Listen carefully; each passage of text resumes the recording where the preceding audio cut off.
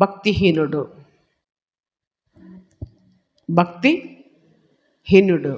ఈరోజు అంశం భక్తిహీనుడు.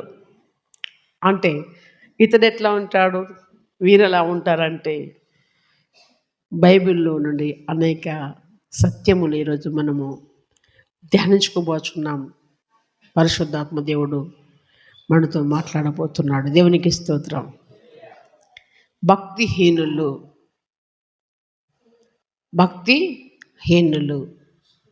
గురించి మరి ప్రసంగి గ్రంథం 8వ అధ్యాయము 12-13 వచనం చూసినట్లయితే దేవుని వాక్యం బ్రతుకు సెలవిస్తుంది. ప్రసంగి గ్రంథం 8వ అధ్యాయము 12-13 వచనం చూసినట్లయితే,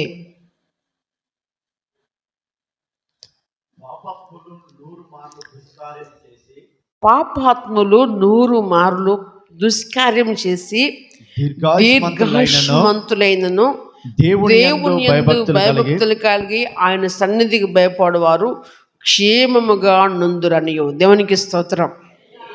ఎవరట? పాపాత్ములు. ఆయా సందర్భంలో కొన్ని సందర్భంలో మాట్లాడుతుంటాం, ఎంత పాపాత్కురాలివి, ఎంత పాపాత్కుడివి అని మాట్లాడుతూ ఉంటాం. బైబిల్ గ్రంథం కూడా అదే చెప్తుంది. ఎవరి గురించి చెప్తుందంటే భక్తిహీనుల గురించి చెప్తుంది. భక్తి గల ప్రజలు ఉన్నారు, భక్తిహీనులు ఉన్నారు. అసలు భక్తిహీనులు ఏంటిదయ్యా అంటే భక్తిని భక్తిగా చేయకపోవడమే భక్తిహీనులు. కనుక ఇక్కడ దేవుడు నాకు చెప్తున్న మాట ఏంటంటే పాపాత్ములు 100 మార్లు దుష్కార్యం చేసి, అంటే చెడు పని చేసి ఇష్టం ఉన్నట్టుగా బ్రతికి ఇష్టరాజ్యం వెళ్ళి చివరికి దీర్ఘాయుష్మంతులు అయినను దేవుని యందు భయభక్తులు కలిగి ఆయన సన్నిధికి భయపడితే వారికి ఏం కలుగుతుందట?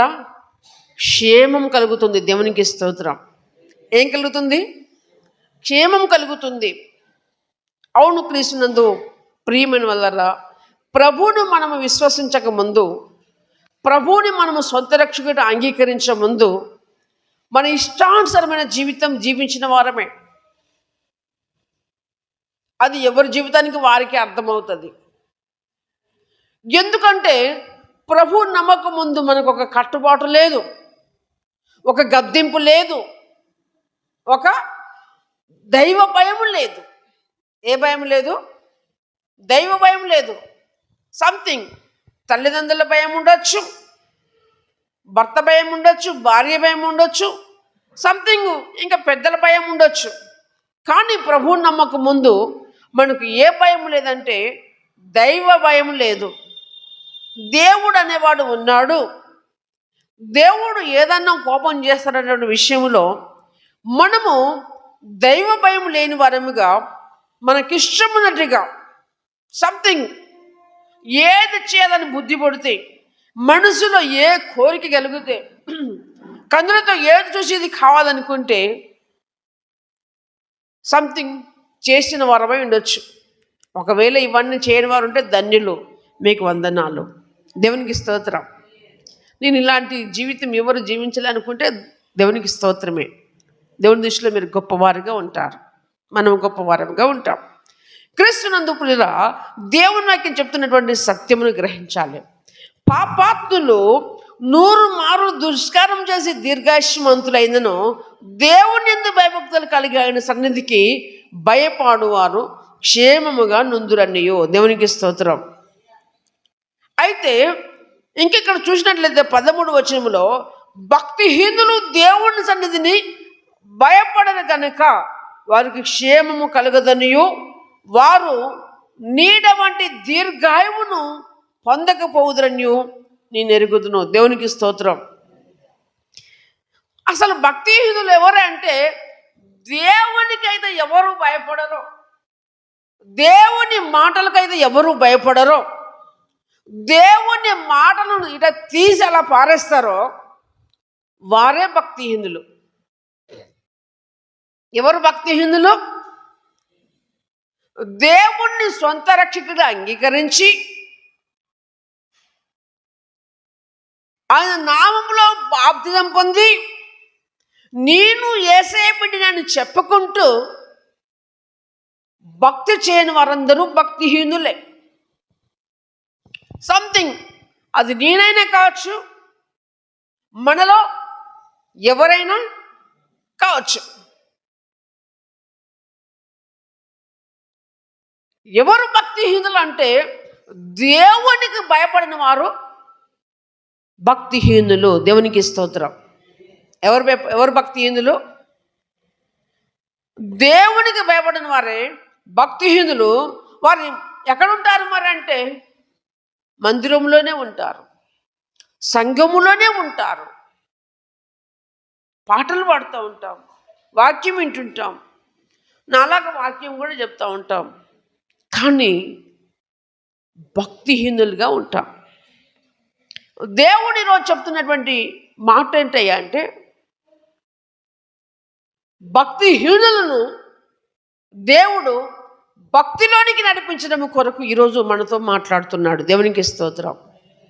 ఒకవేళ భక్తిహీనులుగా మనం ఉన్నట్లయితే భక్తిలోనికి వస్తే దేవుడు సంతోషిస్తాడు. దేవునికి స్తోత్రం.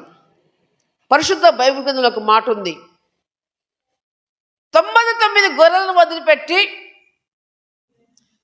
గొర్రెల కాపరి ఏది ఎదిగిండట? తప్పిపోయిన గొర్రెను ఎదిగాడు.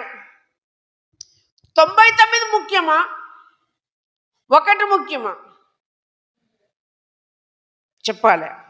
99 ముఖ్యమా, ఒకటి ముఖ్యమా? చెప్పాలండి. 99 ముఖ్యమా, ఒకటి ముఖ్యమా? నో, అతనికి 100 ముఖ్యమే. దేవునికి స్తోత్రం. 100 ముఖ్యమే. ఇవి పోవద్దు, అది కూడా పోవద్దు. ఇది పోవద్దు, అది కూడా పోవద్దు. తప్పిపోయిన గొర్రెను ఎదిగినట్టుగా దేవుడు ఈరోజు భక్తి గల జనాంగములో భక్తిహీనులు ఉన్నట్లయితే దేవుడు వారిని వెతుకుతున్నాడు. దేవునికి స్తోత్రం.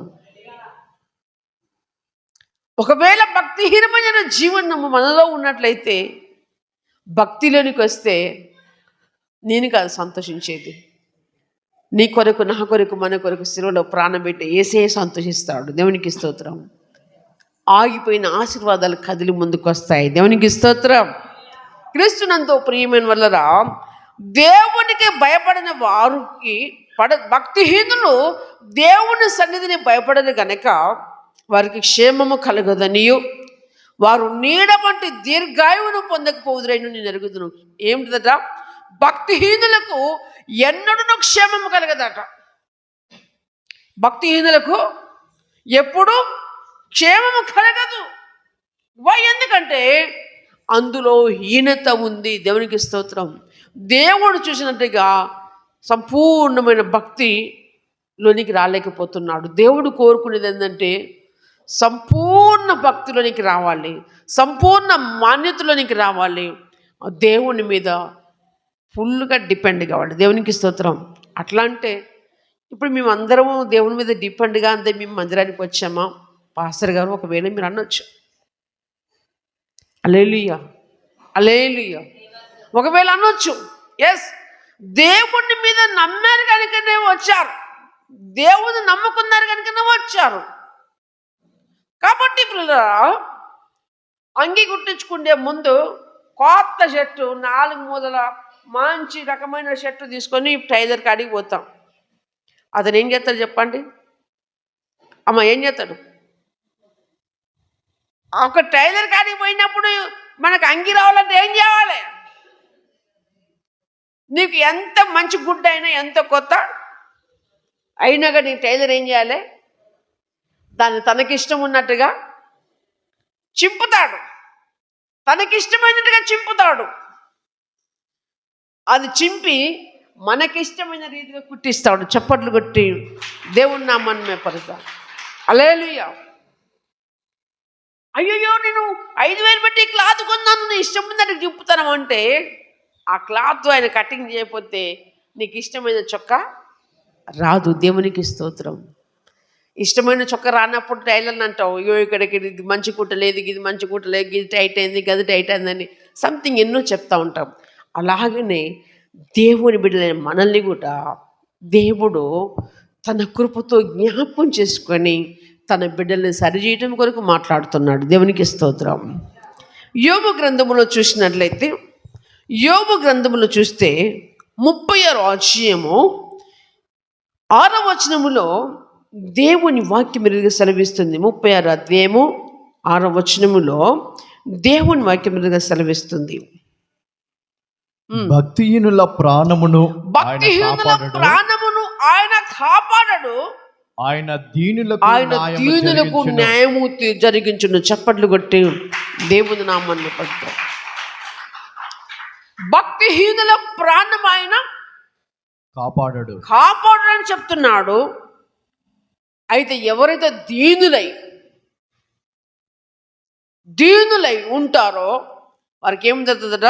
న్యాయం జరిగిస్తాడు. అప్పుడప్పుడు ఒక భక్తుడు వస్తాడు మన మధ్యలోకి, పాట పడతాడు, దీనుల ఎడలా ఏం చేస్తాడు ఆయన? దయచూపువాడు. దేవునికి స్తోత్రం. దీనుల ఎడలైనా దయచూపేటువంటి దేవుడు. కానీ భక్తిహీనుల ఎడల ఆయన దయచూపువాడు కాదు. గంపడి టమాటాలు అమ్ముతున్నాం మనము. గంపడి టమాటాలో అందులో ఒక 5-6 పలిగిన టమాటాలు ఉన్నాయి. పలిగిపోయిన టమాటాలు జోకే కాడ ఇగో అమ్మ అని ఇస్తే తీసుకుంటారా? ఏం కాదు, ఉత్తగానే తీసుకోమంటే తీసుకుంటారా? ఉత్తగా నాకేం కొసరెత్త అనపడంటే తీసుకుంటారా? కొసరెత్త మంచిదే, వ్యాగి ఖరాబ్ అయింది నాకెందుకు ఎత్తాను అంటారు. దేవునికి స్తోత్రం. దేవుని సంఘములో కూడా దేవుని బిడ్డలందరూ కూడా ఎలా ఉండాలి? దేవుని కృప పొందుకునే వారముగా ఉండాలి. దేవునికి స్తోత్రం. దేవుని కృప పొందుకునే వారముగా ఉండాలి. ఆయన భక్తిహీనులను ఆయన ఎప్పటికీ ఆయన ప్రాణము కాపాడు అని చెప్తున్నాడు. దీనుల ఎడల న్యాయము జరిగించేటువంటి దేవుడు. దేవునికి స్తోత్రం. యాకోబు పత్రికలో చూస్తే 1వ అధ్యాయము 26 వచనంలో చూస్తే, యాకోబు పత్రిక 1:26లో చూస్తే దేవుని వాక్యం సెలవిస్తుంది, ఎవడైనను నోటికి కళ్ళెం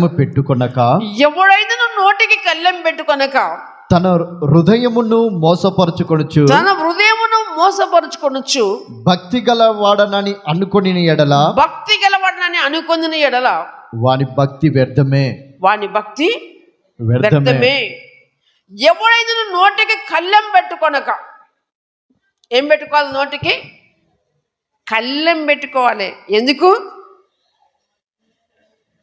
కళ్ళెం పెట్టుకోవాలి? ఎందుకు అంటే ఈ నోరు అనేక విధములుగా మాట్లాడుతుంటుంది. ఇది మనది ఉప్పు నీరు బాయ, మంచినీరు బాయ చెప్పాలి. ఇప్పుడు మనది నేను ఒక బాయని అనుకుందాం. సంథింగ్ నేను కూడా ఒక బాయని అనుకోండి. నేను ఒక బాయని. ఇది ఉప్పు నీరు బాయ, మంచినీరు బాయ? ఒకసారి ఏనండి, ఉప్పు నీళ్ళు నువ్వు ఉప్పు నీళ్ళ బాయ్ అనుకున్నావు, ఓకే రైట్. మంచినీళ్ళ బాయ్ అనుకున్నారా? గమనించాలి. ఇప్పుడు ఉప్పు నీళ్ళ బాయలో నీళ్ళు చేస్తే ఎట్లా ఉంటాయి? ఉప్పులే ఉంటాయి. మరి మంచినీళ్ళ బాయలో నీళ్ళు చేస్తే మంచియే ఉంటాయి. కానీ 2 నీళ్ళు అయితే కలిసి రావు కదా. ప్రియమైనటువంటి దేవుని సంగమా, ఇది దేవుని బాయ్. హల్లెలూయా. ఈ దేహము దేవుని ఆలయం. ఈ ఆలయంలో ఏముండాలి? మంచి నీళ్ళు ఉండాలా, ఉప్పు నీళ్ళు ఉండాలా? మరి దేవుడు తన రక్తముతో నిన్ను నన్ను మనందరిని శుద్ధీకరించినప్పుడు మన నోటి నుంచి ఏం రావాలి? మంచి మాటలు రావాలి. మంచి మాటలు వచ్చినప్పుడు నోటికి కళ్ళెం అవసరం లేదు. దయగల మాటలు వచ్చినప్పుడు నోటికి కళ్ళెం అవసరం లేదు. పనికి రాని మాటలు మాట్లాడేటప్పుడు మాత్రం కళ్ళెం వేసుకోవాలి. హల్లెలూయా. పనికి రాని మాటలు మాట్లాడేటప్పుడు నోటికి ఏం వేసుకోవాలి? కళ్ళెం వేసుకోవాలి. దేవుని నాకు చెప్తుంది, ఎవడైనా నోటికి కళ్ళెం పెట్టుకొనక తన హృదయమును మోసపరుచుకొనుచు భక్తి గలవాడిని అనుకుని ఎడల వాని భక్తి వ్యర్థమే. నోరు ఉంది కదా అని ఎలా పడితే అలా మాట్లాడడానికి మనకు అవకాశం లేదు. హల్లెలూయా. మన నోట్ల నుండి ఆశీర్వచనం మాత్రమే రావాలి, దీవెన వచనమే రావాలి, మేలుకరమైనటువంటి పలుకు మాత్రమే రావాలి. కానీ శాపకరమైనది మన నోటి నుంచి బయలుదేరకూడదు, దూషణకరమైనది మన నోటి నుంచి బయలుదేరకూడదు, అబద్ధమును మన నోటి నుంచి జరిగించకూడదు. అలా అనుకుంటూ కళ్ళెం పెట్టుకోనక మన ఇష్టానుసారంగా ఈ నాలుకతో దేవుని స్థుతిస్తూ, ఈ నాలుకతో బూతులు మాడుతూ, ఈ నాలుకతో అన్ని చేస్తానంటే దేవుడు అంటున్నాడు, నువ్వు కళ్ళెం పెట్టుకోకపోతే ఏమంటాడట, నీవు మోసపరుచుకుంటావు అని చెప్తున్నాడు. హల్లెలూయా. నీ తన హృదయంలో మోసపరుచుకుని భక్తి గలవాడు అనుకుని ఎడల వాని భక్తి వ్యర్థమే. వ్యర్థమే అంటే ఏంటిది అన్నట్టు? అయిపోయిందట్టే. ఇక వ్యర్థం అంటే ఏమైనట్టు? అయ్యో ఇంత కష్టపడి చేతిని, ఇంత పడి చేతిని, ఇక్కడ దాకా తీసుకొచ్చి పగిలిపోయింది. ఇప్పుడు ఏమైపోయింది? అది వ్యర్థమైపోయింది. వ్యర్థమైన దాంట్లో నుంచి మనం ఏమి పొందుకోలేం. ప్రియ దేవుని సంగమా, మన భక్తి కళంకము లేనిదిగా ఉండాలి. దేవునికి స్తోత్రం. ముడత లేనిదిగా ఉండాలి, మచ్చలేనిదిగా ఉండాలి,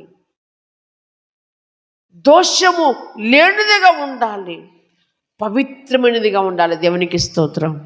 మన భక్తిలో ఇవన్నీ ఉండాలి. దేవునికి స్తోత్రం. పరిశుద్ధమైన భక్తి ఎలా ఉండాలి? పవిత్రమైన జీవితము జీవించాలి, నిష్కలంకులుగా ఉండాలి, నిందరహితులుగా ఉండాలి, పరిశుద్ధత కలిగి మనం నడుచుకోవాలి. కేవలము మందిరానికి వస్తేనే సరిపోతుంది. దేవునికి స్తోత్రం. ఇదంతా మన బ్రతుకులో జరగాలి. దేవునికి స్తోత్రం. హల్లెలూయా. క్రీస్తునందు ప్రియమైన వాళ్ళరా, పెళ్లి యువకులు పెళ్లి చేసినప్పుడు నలిగేస్తారు కదా, నలిగేస్తారు. స్నానం చేసి 4 సార్లు సబ్బు పెడితే సరిపోద్ది కదా. ఇప్పుడు స్నానం చేస్తే సరిపోద్ది కదా, పెళ్లి కొడుకైనా పెళ్లి పిల్ల అయినా. మరి నలుగెందుకు వేయాలి చెప్పాలి? నలుగెందుకు వేయాలి? నలుగెందుకు వేయాలి అంటే ఈ యువకుల్లో యువతిలో ఒక రకమైన గ్రోతింగ్ కనపడాలి, ఒక మృదు స్వభావం రావాలని, పెండిలో వాళ్ళు కలగా ఉండాలని ఏమవుతారు? నలిగేస్తారు. అలాగని ప్రియ దేవుని బిడ్డలారా, దేవుడు మనల్ని కూడా తన వాక్యము చేత నలుగు వేస్తున్నాడు. దేవునికి స్తోత్రం. హల్లెలూయా. ప్రియమైనటువంటి వాళ్ళరా, మన భక్తి కూడా వ్యర్థమైనటువంటి భక్తి మనము చేయకూడదు. దేవునికి స్తోత్రం. ఇప్పుడు నాకు ప్రభు ఇష్టం లేదన్న చెలబట్టండి, నాకు ప్రభు ఇష్టం లేదు, నేను ఏదో ఉత్తగొత్తానన్న చెలబట్టండి. లేపుతారా? ఎవరు లేపరు కదా. ప్రభు కొరకే వస్తున్నారు కదా, ప్రభు కాదని వస్తున్నాం కదా. అయితే మంచి భక్తి చేద్దాం. దేవునికి స్తోత్రం. మంచి భక్తి చేద్దాం, మంచి భక్తి చేద్దాం. క్రీస్తునందు ప్రియమైన వాళ్ళరా, మంచి భక్తి చేద్దాం. వ్యర్థమైన భక్తి, హీనమైన భక్తి మనం చేయకూడదు. 2వ పేతురు రాసిన పత్రిక 2వ అధ్యాయములో 5-6 వచనములు చూస్తే దేవుని వాక్యం విధంగా సెలవిస్తుంది. 2వ పేతురు పత్రిక 5-6 వచనములు చూస్తే దేవుని వాక్యం సెలవిస్తుంది. మరియు ఆయన పూర్వకాలమందున్న లోకమును విడిచిపెట్టక, ఆయన పూర్వకాలమున్న లోకమును విడిచిపెట్టక భక్తిహీనుల సమూహం మీదికి జల ప్రళయము రప్పించినప్పుడు రప్పించాడు. దేవునికి స్తోత్రం. పిల్లగా నోహావు కాలములో జల ప్రళయం వచ్చిందంటే ఎవరి మీదకి వచ్చిందంటే భక్తిహీనుల మీదకి జల ప్రళయం వచ్చింది. అంతమందిని దేవుడు పరిశోధన చేయగా నోహా ఒక్కడు మాత్రమే నీతిమంతుడిగా కనబడ్డాడు. ఎంతమందిలో ఈ సృష్టిలో ఉన్న ప్రజలందరూ దేవుడు పరిశీలన చేయగా కనపడ్డది ఒకడు నోహా నీతిమంతుడిగా కనపడ్డాడు. అయ్యో, ఇంతమంది మీద నేను ఎన్నో కోరికలు పెట్టుకున్నాను, ఎంత అభిప్రాయం కలిగి ఉన్నాను, ఈ ప్రజలు ఇంత భక్తిహీనులు అయిపోయారు అనేటువంటి విషయంలో నోహా ఒక్కడిని తప్పించి భక్తిహీనులందరి మీదకి ఏమొచ్చింది? జలప్రలయం వచ్చింది. నమ్మితే చప్పట్లు కొట్టండి. భక్తిహీనుల మీదకి ఏమొచ్చింది? జలప్రలయం వచ్చింది ఒక దినం ముందు. ఈరోజు ప్రభు నమ్మిన నీవు ఇంకా భక్తిహీనులుగా ఉన్నట్లయితే నీ మీదికి కూడా మన మీదికి కూడా నరకాగ్ని రాబోతున్నది. నరకానికి ప్రాప్తులుగా ఉండవలసిన వారంగా ఉంటాం. దేవుని చిత్తం అది కాదు. నరకములను పడకూడదని, ఆ యాతనకరమైనటువంటి ప్రాంతానికి నువ్వు వెళ్ళకూడదని, నువ్వు డైరెక్ట్గా యేసునందు విశ్వాసం ఉంచిన బైపాస్లో రెండవ మరణము లేకుండా, తీర్పులోనికి రాకుండా ఆ నిత్య రాజ్యములోనికి నేను వెళ్ళదని దేవుడు నన్ను పిలుచుకున్నాడు. దేవునికి స్తోత్రం. చప్పట్లు కొట్టి దేవుని నామాన్ని మేము ప్రస్తుతం. అయితే ప్రియమైన వాళ్ళు ఏం చేశాడంటే, ఆయన పూర్వకాలం ముందున లోకమును విడిచిపెట్టక భక్తిహీనుల సమూహం మీదకి జలప్రేమను రప్పించినప్పుడు నీతిని ప్రకటించిన నోహావును మరి 7 కాపాడను. దేవునికి స్తోత్రం. ఎవరిని కాపాడిండయ్యా అంటే, దేవుడు ఎప్పుడు కనుక గమనించాలి. నువ్వు కావాలని చెప్పడు. ఎవరైతే ఆయనకి ఇష్టముగా ఉంటారో వారిని మాత్రమే ప్రేమిస్తారు. అవసరం అంటే నేను కరెక్ట్ లేకపోతే నన్ను కూడా వదిలి పెట్టేస్తాడు. దేవునికి కావాల్సింది ఆయనకు నచ్చిన వారు. దేవునికి స్తోత్రం. దేవునికి కావాల్సినది ఆయనకి ఇష్టమైన వారు, ఆయనకి ఇష్టమైన వారు. ఆయనకి ఇష్టమైన వారు కావాలి. గమనించండి, మనం ఏదన్నా షాపింగ్ చేయడానికి పోయినప్పుడు కానీ, ఏదైనా ఫ్రూట్స్ కొనడానికి పోయినప్పుడు కానీ మన కంటికి నచ్చితే కొనుక్కుంటాం. అవునా కదా? మనకు కంటికి నచ్చిందే కొనుక్కుంటాం. అది ఎంత కాస్ట్ అయినా పర్వాలేదు కదా. ఇప్పుడు జామ పండ్లు కొనడానికి పోతాం. గబ్బర్లో జామ పండ్లు ఉంటాయి. అన్ని పండ్లు పెట్టుకుంటావా? కాంటాయి అన్ని పండ్లు పెడుతుంటే కొంటావా? తీసుకుంటామా? ఆఫ్టర్ 50 రూపాయల కిలో తీసుకుంటామా? లేదే. మనకు కంటికి నచ్చింది మాత్రమే యూజ్ చేసుకుంటాం, తీసుకుంటాం. దేవుడు కూడా తనకి కంటికి నచ్చిన వారికి మాత్రమే పరలోక రాజ్యంలో ఇస్తాడు. చెప్పండి కూడా మా దేవునికి స్తోత్రం. ప్రియులారా, మన భక్తిహీనతలో నుంచి బయటకు వద్దాం. భక్తిహీన మీద ఏమొచ్చింది? జలప్రలయం వచ్చింది. కానీ అందులో ఒక నోహావు నీతిమంతుడిగా కనపడ్డాడు. అతనితో మరి 7 రక్షింపబడ్డారు. దేవునికి స్తోత్రం. మరియు ఆయన సొదొమ గొమొర్రాలను పట్టణములను భస్మం చేసి ముందుకు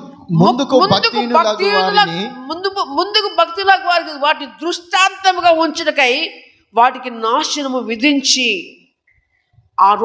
ఈరోజు ఇందులో బైబిల్లో ఎందుకు రాసి పెట్టాడా అంటే, దృష్టాంతములుగా ఉన్నటువంటి ముందుగా ఉన్నటువంటి వారికి ఎంతమంది ప్రభు నమ్ముకొని భక్తిహీనులుగా ఉంటారో వారికి దీన్ని రాసి పెట్టాడు బైబిల్ గ్రంథంలో.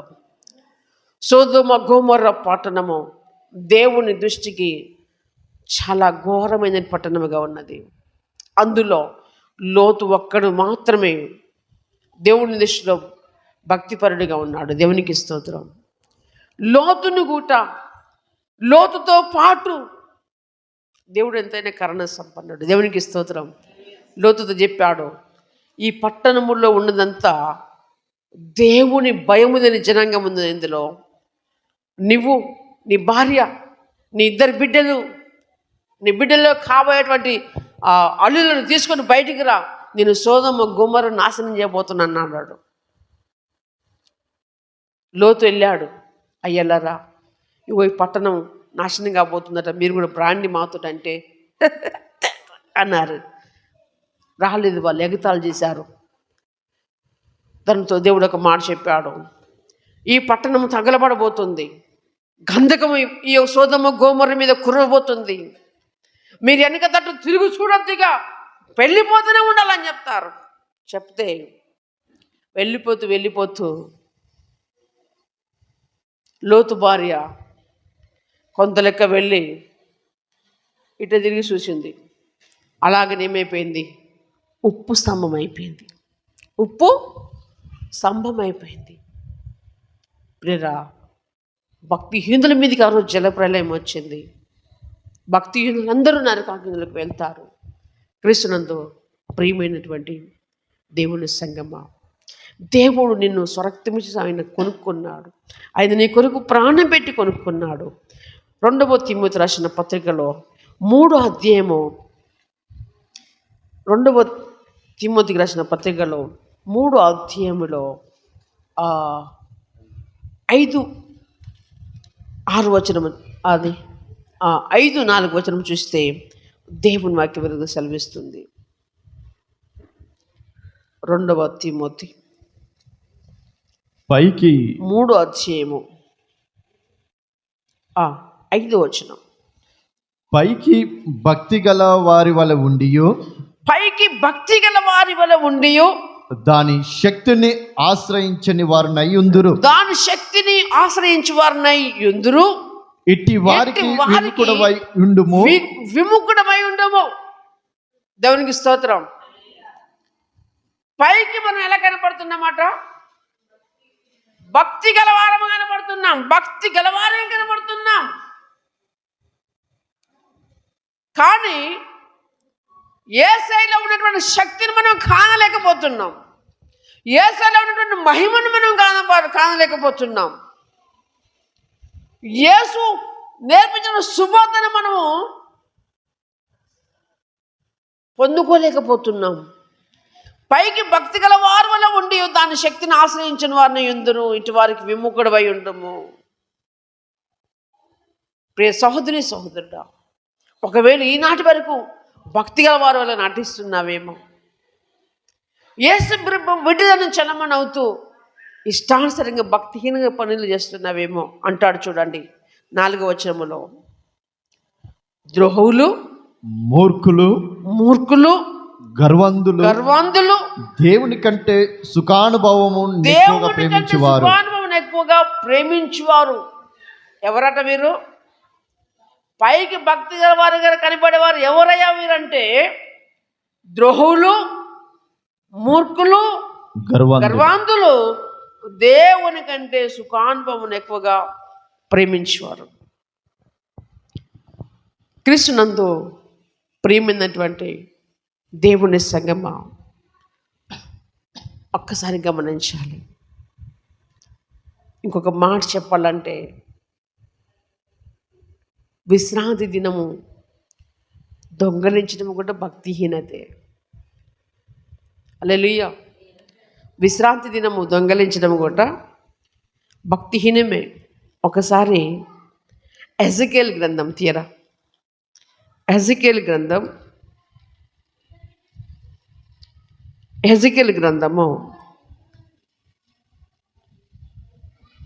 23వ అధ్యాయం. బైబిల్ ఉన్న వారందరూ తీయాలి. ఎజెకియేలు గ్రంథము, బైబిల్ ఉన్నదే తీయడానికి. ఎజెకియేలు గ్రంథము 23వ అధ్యాయము 38వ వచనం.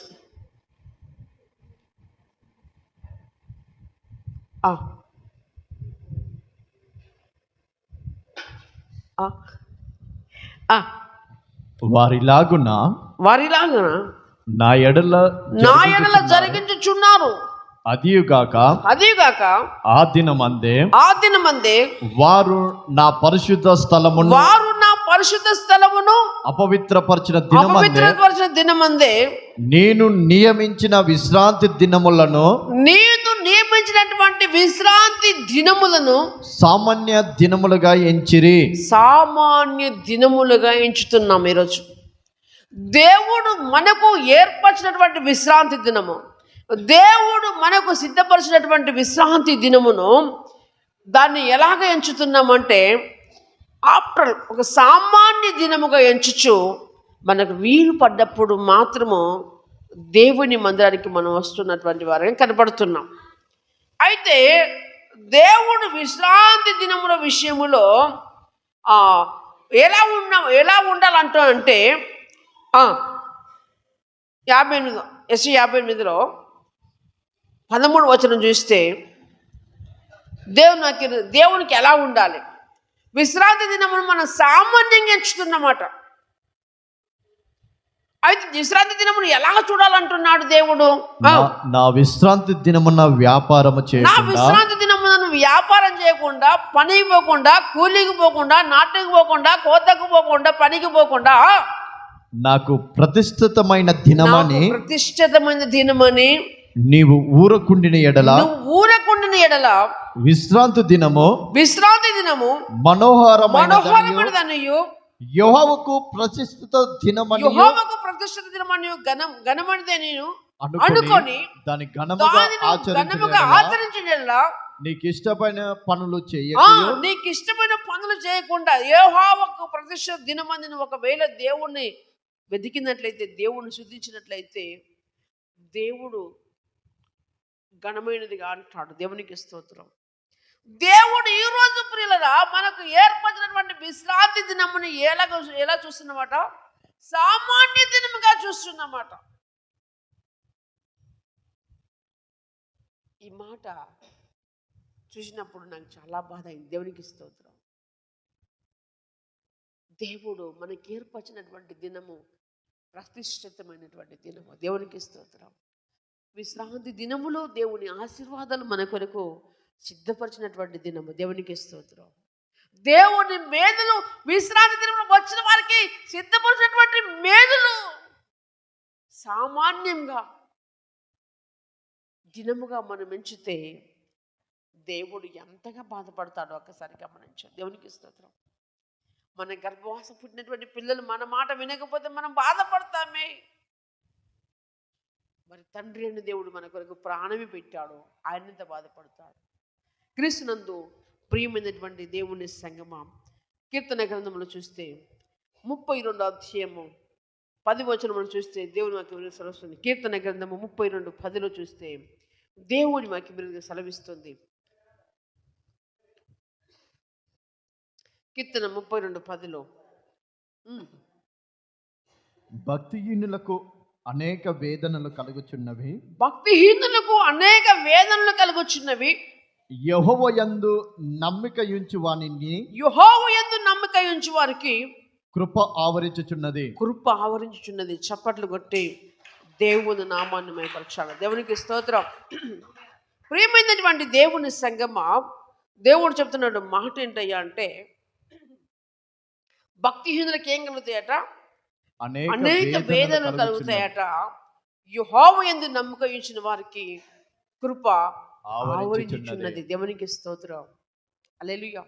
ఒకవేళ ఈ రోజు వరకు ప్రభుయందు నమ్మకము కలిగి ఉన్నట్లయితే, అయినను కూడా నీకు వేదన కలుగుతున్నదంటే దాని వెనుక నీకు రావాల్సినటువంటి మేలు, బలమైన ఆశీర్వాదం ఉన్నదని గ్రహించాలి. దేవునికి స్తోత్రం.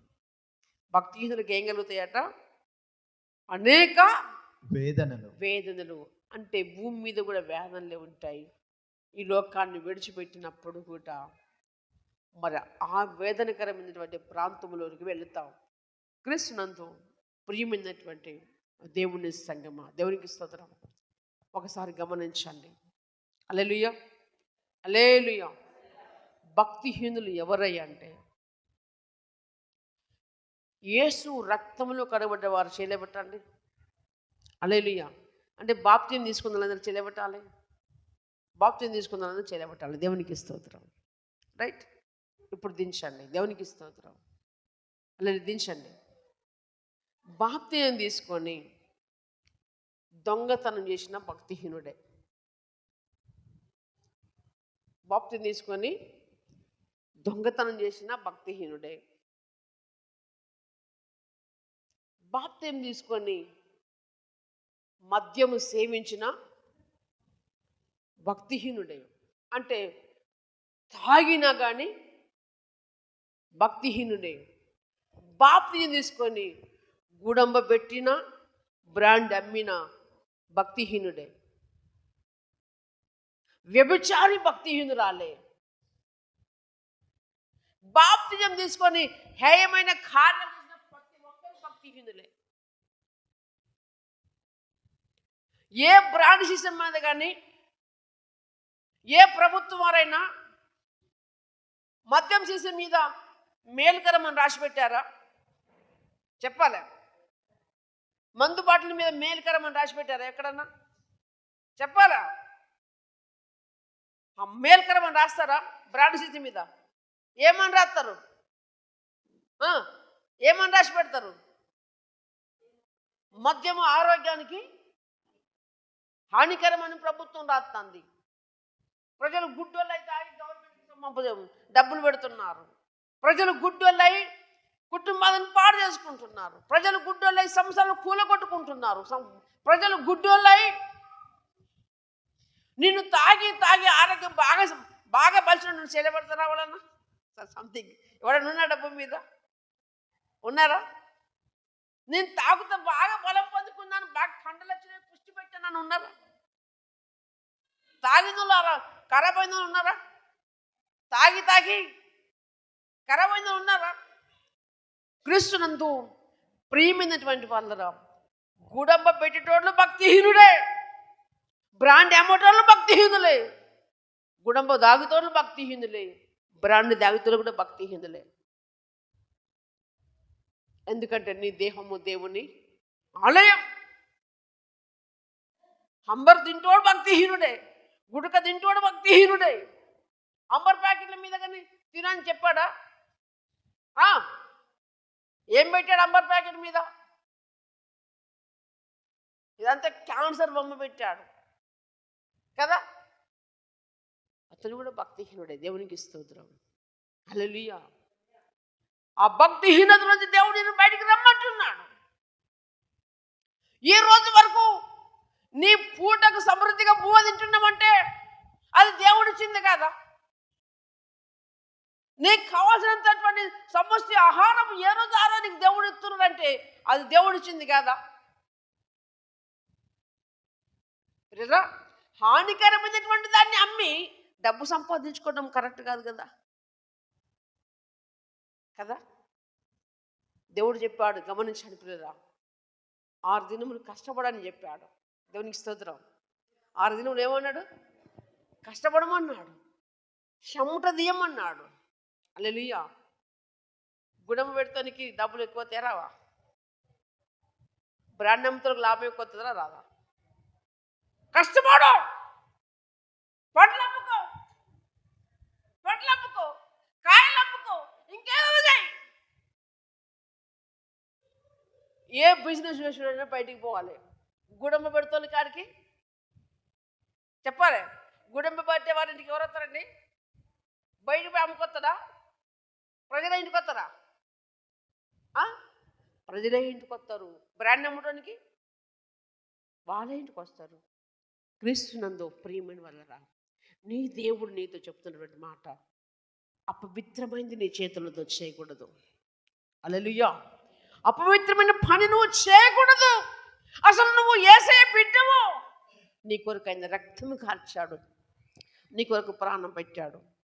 ఒకవేళ ప్రభుల వారు కనుక, అయ్యా నన్ను నమ్ముకో, బాప్తిజం తీసుకున్నావు కదా, నీ ఇష్టమైనట్టు బతకని ఒకవేళ ప్రభు చెప్తాడా? చెప్తాడండి? ఇవన్నీ కావాలనుకున్నప్పుడు, డబ్బు కావాలనుకున్నప్పుడు, సొమ్ము కావాలనుకున్నప్పుడు, ఇంకొకరిని ఆశించాలనుకున్నప్పుడు, ఒకరితో గడపాలనుకున్నప్పుడు దేవుడు అవసరం ఎందుకండి? దేవుడు అవసరం ఎందుకు? సమాజంలో ఉన్నప్పుడు ఎన్ని చేసినమే కదా. సమాజంలో ఉన్నప్పుడు సంథింగ్ ఏదో జరిగించడమే కదా. ప్రభువుని నమ్ముకొని ఎందుకు చేయాలా? నీకు డబ్బే కావాలనుకుంటే, నీకు సుఖమే కావాలనుకుంటే, నీకు సంతోషమే కావాలనుకుంటే, నాకు ఇదే కావాలనుకుంటే ప్రభువులో ఉండవలసిన అవసరమే లేదు. దేవునికి స్తోత్రం. నాకు ప్రభు కావాలా, ఇది కావాలంటే నీకంటే నాకంటే బెస్టుడు అన్యుడు. దేవునికి స్తోత్రం. నీకంటే నాకంటే అన్యుడు బెస్ట్ వాడు. ఎందుకు తెలుసా? అతడు ప్రభు నమ్ముకోలేదు కాబట్టి ఆయనకి ఏ భయం లేదు, ఏ భక్తి లేదు. తనకు తోసినటువంటి భక్తి ఆయన చేస్తున్నాడు. పైకి సాగిల పడుతున్నవన్నీ కూడా అన్ని పాత్రలు పొందుకునేటియే కదా. నీ దేవుడు అలాంటి వాడు కాదు. దేవునికి స్తోత్రం. నువ్వు నమ్మిన దేవుడు అలాంటి వాడు కాదు. నీవు నమ్మిన దేవుడు పరిశుద్ధుడు. దేవునికి స్తోత్రం. నువ్వు నమ్మిన దేవుడు నీవు పరిశుద్ధుడు. ఆయనతో చెప్పిన మాట ఏం తెలుసా? నేను పరిశుద్ధుడని ఉన్నాను కనుక నీవు పరిశుద్ధుడిగా ఉండమంటున్నాడు. దేవునికి స్తోత్రం. కృష్ణందు ప్రియమైన భక్తిహీనులు అంటే ఎక్కడున్నారంటే పైకి భక్తి గల వారంగా కనపడుతూ కనపడకుండా చేసేవారు ఉన్నారు. ఎవరు చెప్పలేదా? ఎవరికొరికి ప్రార్థన చేయాలి. ఒక్కొక్కరు మార్చడానికి కన్నీరు కాడుతుంటే ఇంకొకరు కొత్త బిజినెస్ పెడతాడండి సంఘములో. ఒకరు మారాలని ప్రయాసపడుతుంటే ఇంకొకరు ఇష్టమైన పని చేసుకుంటున్నారు. ఎవరి కొరకు కష్టపడాలి, ఎవరి కొరకు ప్రార్థించాలి, ఎవరి కొరకు శ్రమపడాలి? ప్రభుని పిలుచుకుంది నీ పని చేసుకోవడానికి కాదు, డబ్బు సమకూర్చుకోవడానికి కాదు, సాక్షిగా జీవించాలి. దేవునికి స్తోత్రం. చెప్పు, గుడంబ పెట్టినోడు ప్రభు నమ్ముకొని చెప్పగలుగుతాడా? చెప్తాడా? తాగొద్దని చెప్తాడా? ప్రభు ఏం చెప్పాడు? నా సాక్షిగా బతికమన్నాడు. దేవునికి స్తోత్రం. బ్రాండ్ పెడతాడు, బ్రాండ్ నమ్ముతాడు, సాక్ష్యం చెప్తాడా? చెప్తారా అండి? చెప్తారా? నిన్ను చూసి ఇంకొకరు నేర్చుకుంటున్నారు. జాగ్రత్త. నిన్ను చూసి ఫలానా ఆయన పెడుతున్నారు, ఫలానా అమ్మ పెడుతుంది, ఫలానా వ్యక్తి పెడుతున్నాడు, ఇంకొకరు బలం పొందుకుంటున్నాడు తప్ప ఇంకొకడు అయ్యో సేవకుడు ఇంత ప్రయాసపడుతున్నాడు, ఇన్ని రీతిగా మాట్లాడుతున్నాడు దేవుని వాక్యము అని తగ్గించుకుంటూ లేరండి. హల్లెలూయా, హల్లెలూయా. ప్రియ సహోదరి సహోదరుడా, నీకు సంపాదన రావచ్చు, కానీ నీ సంపాదన దేవుని నుండి రావాలి. దేవునికి స్తోత్రం.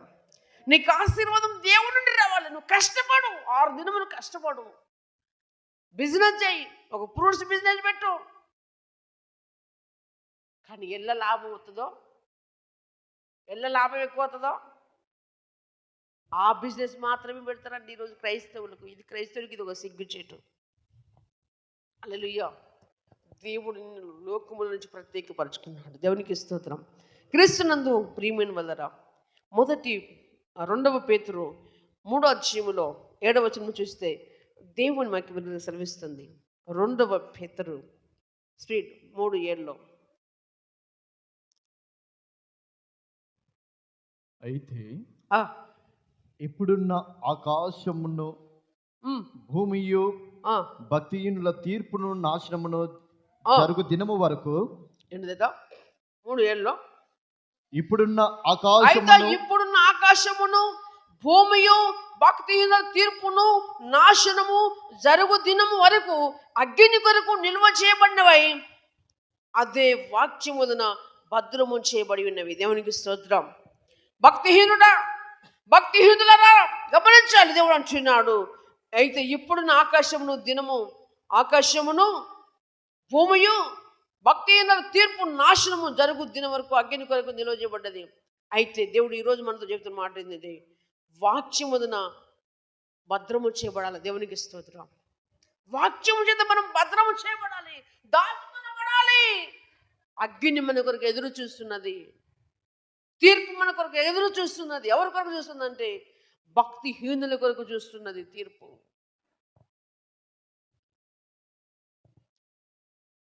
ప్రభువు నమ్ముకొని ఇష్టానుసారంగా జీవించే వరకు తీర్పు ఎదురు చూస్తున్నది, అగ్ని ఎదురు చూస్తున్నది.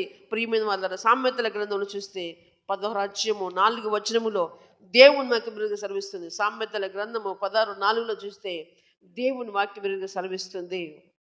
యెహోవా ప్రతి వస్తువును దాని పని నిమిత్తము యెహోవా చేశాడు, కలగజేశాను.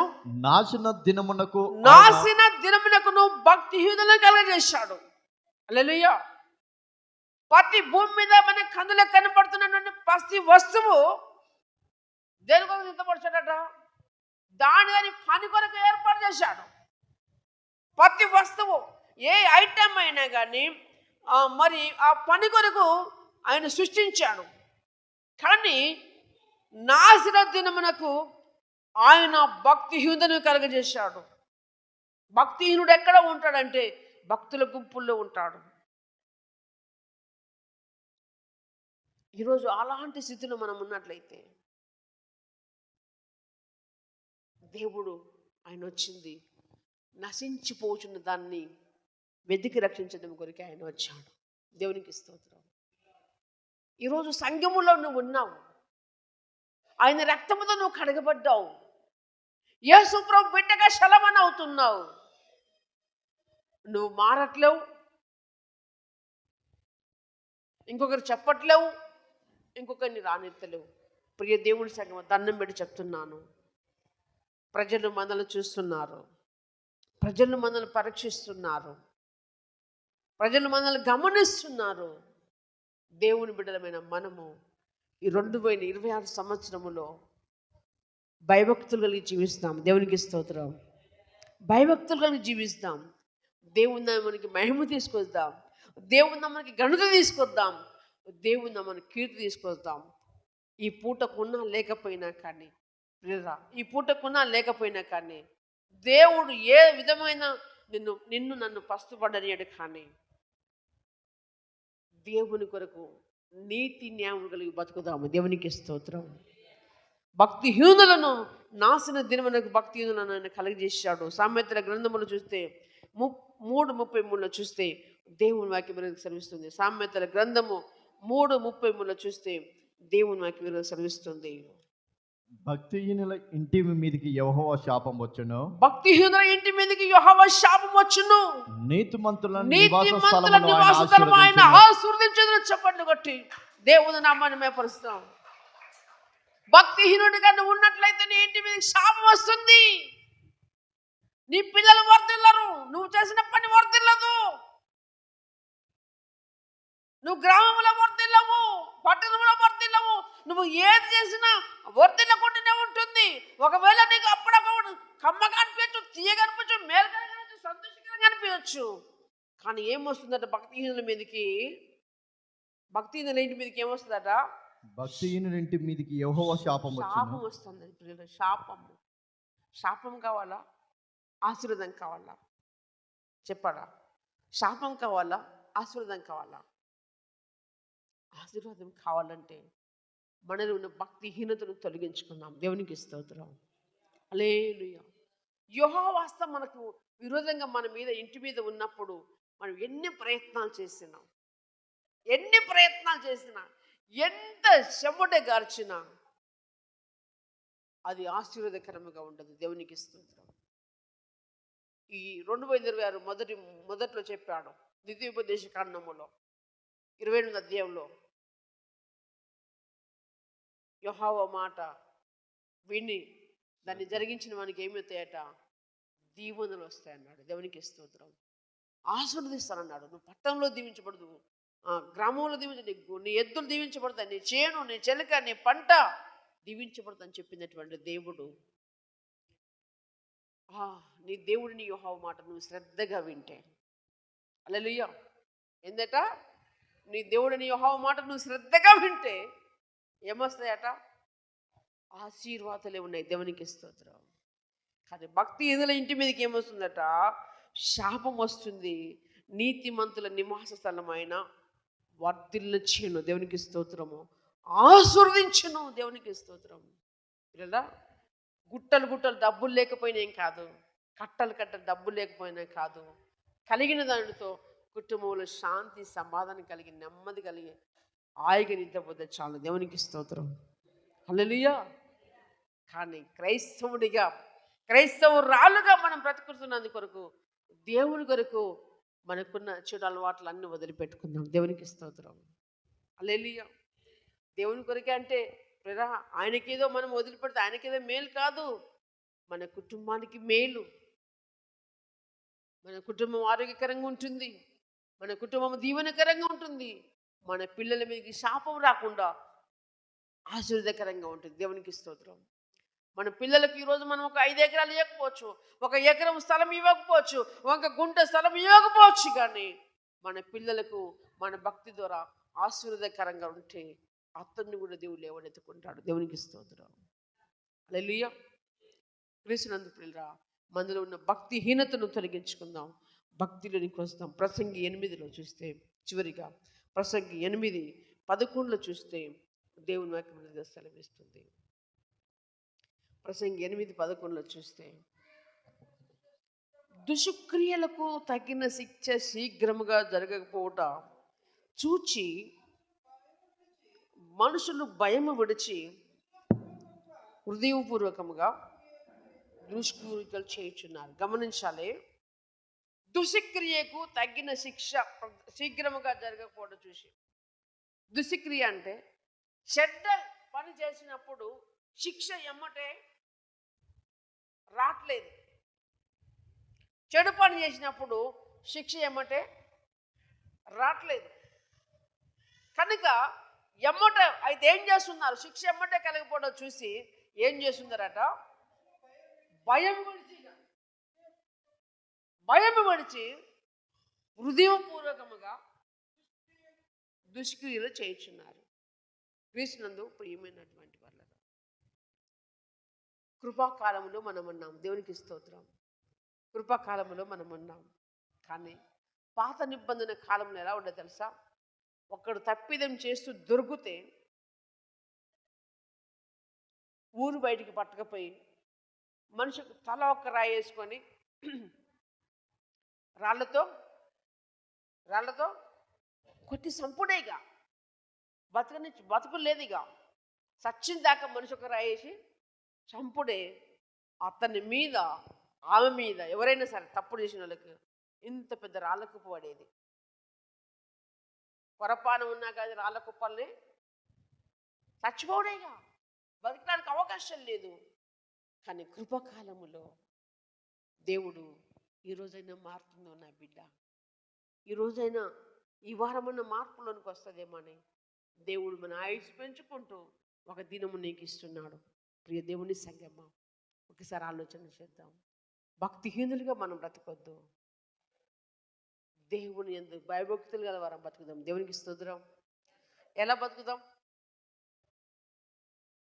చెప్పరేంటండి? ఎలా బతుకుదాం? దేవుని ఎడల భయభక్తులు కలిగే వారంగా బతుకుదామా? భక్తిహీనులుగా బతుకుదామా? చెప్పరేంటండి? హల్లెలూయా. దేవునికి స్తోత్రం. ప్రియమైనటువంటి వాళ్ళరా, దేవుడు మనతో స్పష్టంగా స్వీట్గా మాట్లాడాడు. దేవునికి స్తోత్రం. అది ఎవరి భక్తికి వారికి మాత్రమే చెల్లుతుంది. దేవునికి స్తోత్రం. క్రీస్తునందు ప్రియమైన వారు, ఏదేమైనప్పటికీ దేవుణ్ణి, ప్రభుల వారిని సొంత రక్షకుడు అంగీకరించి ఇష్టానుసరమైన జీవితము జీవిస్తే ప్రభువు నిన్ను మెచ్చుకోడు. నన్ను కూడా మెచ్చుకోడు, ఎవరిని కూడా మెచ్చుకోడు. కానీ ఎవరైతే దేవుని యందు భయభక్తి కలిగి వణుకుతుంటారో వారిని దేవుడు దృష్టిస్తున్నాడు.